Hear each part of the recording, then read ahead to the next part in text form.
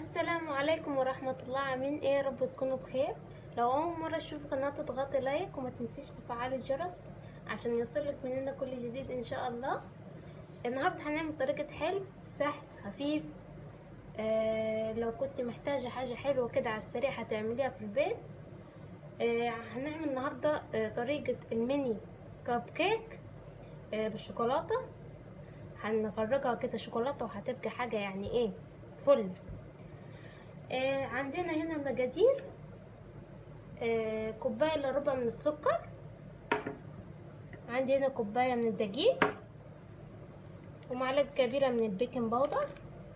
لو ما عندكيش بيكنج باودر كيك شيف حطي بيكنج باودر عادي الاخضر، معلقتين كبار او معلقة ونص من الكاكاو حسب الكاكاو اللي عندك.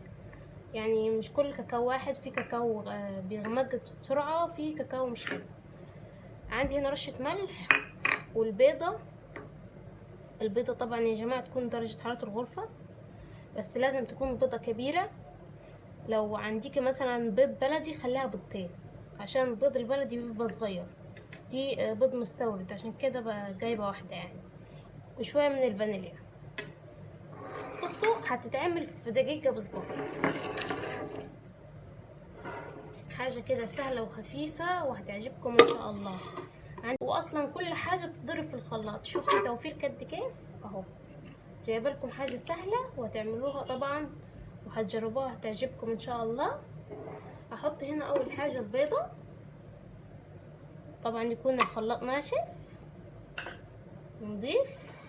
عليها شوية من الفانيليا اهو، شوية عشان تمشي يعني زفرة البيض وكده. طبعا البيض المستورد ده بيبقى مزفر يعني وكده. حطينا هنا البيضة والفانيليا. احط هنا كوباية الا ربع من السكر اهو، واحط هنا معلقتين الكاكاو، واحط هنا رشة الملح، ومعلقة كبيرة من البيكنج باودر. احط عليهم كوباية الدقيق. هجيب الخلاط بتاعنا اهو كده هقفله اهو. طبعا حطينا رشة الملح معاكم. ما تنسوش يا جماعة تعملوا لايك عشان نعمل لكم افكار احلى يعني واسهل وتعجبكم ان شاء الله. جبت الخلاط، احط الخلاط اهو، هنضربهم كده في الخلاط اهو. لو حسيتوها ان محتاجه شويه سائل يعني وشويه من الميه، حطوا شويه كده بساط من الميه، مش عايزه كتير ميه. ما تحطوش حليب، يعني لو عندكم حليب حطوا، بس انا بوفر لكم يعني. كده كل اللي في جناب بيكون لازق يعني في جناب الخلاط كده. كده هنزله اهو.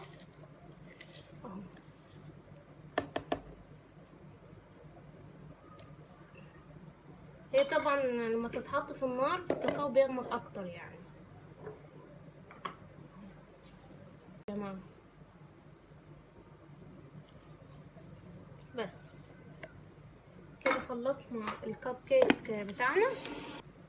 هنا عندي اي جزازة عادي، جزازة صغيرة، الغطا بتاعها هنقفله كده.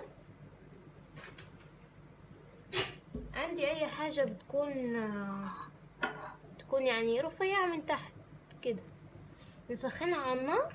هوريكم ازاي هسخنها على النار واجيلكم اهو. سخنتها على النار اهو، سخنتها. هفتح هنا كده فتحة صغيرة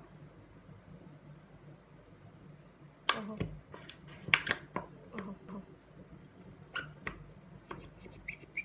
شايفين ازاي اهو فتحتها فتحة صغيرة. تشيلي طبعا كل الزوايد دي، شيليها اهو. دي طبعا تخليها في المطبخ عندك، تعوزي بيها تعملي مثلا كب كيك، مثلا قطايف، ليه عندك في المطبخ، عشان ليها طبعا افكار تانية يعني بتتعمل بيها، وتكون غسلاها وشايلها تمام. احط هنا بقى المقدار بتاعنا بتاع الكب كيك، هحطه هنا تمام. استنونا. وبعد يا جماعه ما حطيت الطاوه على النار خليها تسخن وهوطي عليها. حطينا اهو عجينه الكب كيك في الجزازه وفتحناها زي ما قلنا لكم باي حاجه عندك، حتى لو سكينه رفيعه من قدام افتحيها. خليها في مطبخك يعني هتعوزيها في طرق تانية يعني كده. تخلي الطاوة تسخن. لازم عندك طاوة تيفال دي عندي مش بتلزق حاجة يعني، فايه الموفر المتف... المتوفرة عندي دي يعني ان شاء الله شوية قدام هجيب لي طاوة تيفال يعني، بس دي برضو حلوة مش بتلزق حاجة. احط كده اهو. طبعا سخنت الطاوة اهو، مش عايزينها تسخن قوي، احنا عايزين تدفى بس. على الحجم اللي بقى اللي انت عاوزاه اهو. شايفين تنزل ازاي اهو. انت بقى تحكمي في الحجم اللي انت ايه حباه اهو. يعني الحجم ده عندي كويس. الكمية دي هيعملوا لك حبة حلوين يعني اهو.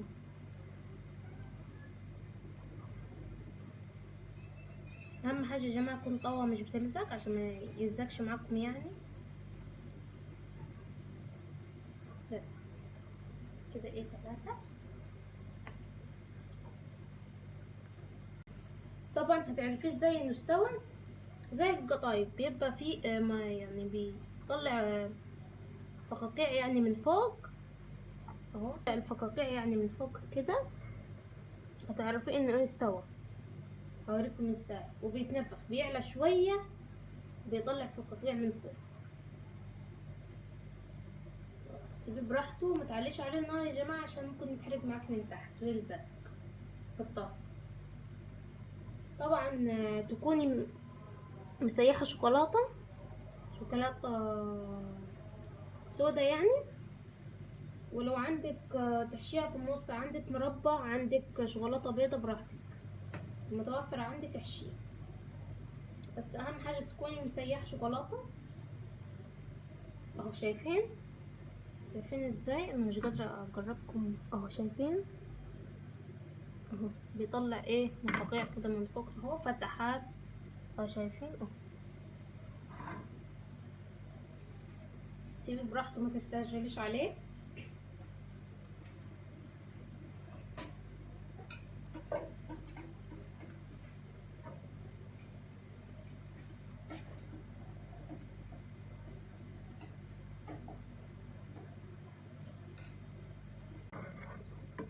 ايه حاولي طلعي بالراحة.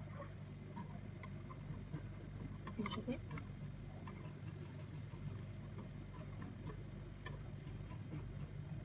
بالراحة خالص. هي اول اهو ملزقش معايا. ايه تقلبي كده بكل سهولة اهو. شايفين بيطلع معايا ازاي اهو. تقلبي بص شايفين بيعلى حبة بساط. بيعلى حبة بساط خالص. نعمل التالتة. نقلبها اهو. هتعملي حلو في 10 دقايق وهيعمل لك كمية بسم الله ما شاء الله حلوة كبيرة. تفرحي عيالك بيهم. هيبقى شكليا حلو وهيخلص معاكي في دقيقتين بالظبط. هو طبعا مش بيبقى زي الكيك، بيبقى طري من جوه.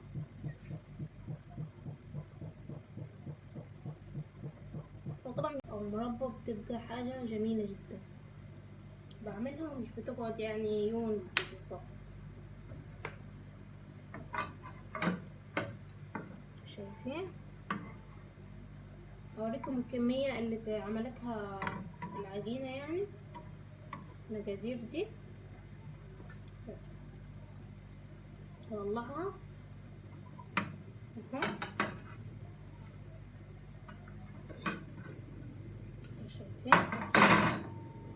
شايفين ازاي اهو. سواها تطلعوها سواها ترتاح كده وتبرد.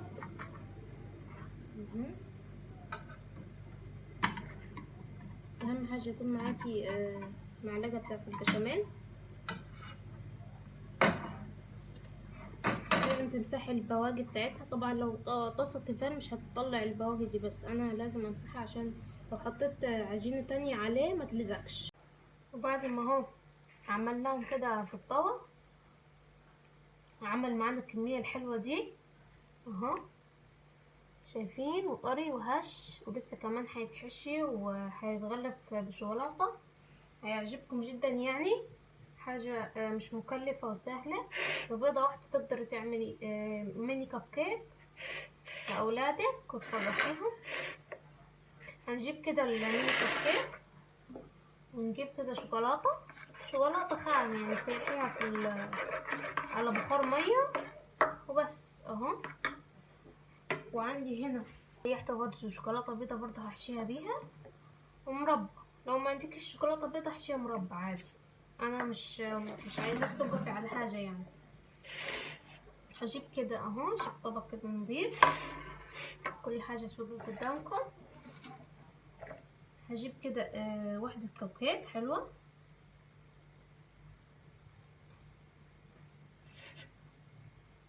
هجيب كده دي دي الظهر ودي الوش، تمام. احط كده مثلا شوكولاتة بيضة اهو، عايزة سنة بس، مجرد انهم يلزقوا مع بعض اهو اهو. هجيب كده واحدة عليها يكون مقاسها مثلا كده اهو، ايه، غرقها بالشوكولاتة.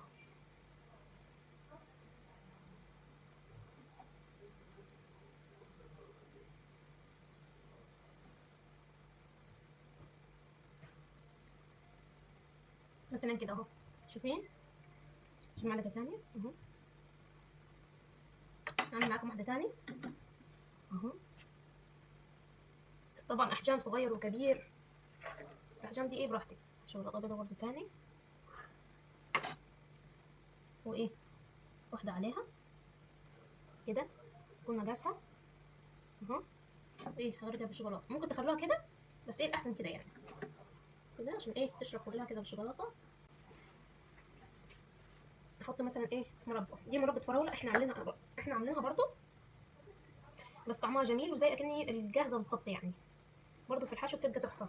انا مرة ما كانش عندي شوكولاتة بيضة فحشيتها مربى يعني، فقالوا عليها طعمها جميل يعني، ما كانتش باينة. تمام كده، كل حاجة قدامكم اهو مهم. شايفين شكلها؟ لسه كمان ما تحط في الثلاجة. هحط مثلا اهو من فوق جوز هند كده، بس قبل ما تتجمد يا جماعة عشان ايه تلزق فيها. شايفين شكلها اهو. هخلص الكمية ديت وهجيلكم تاني بعد ما تتحط في التلاجة، ماشي؟ استنوا.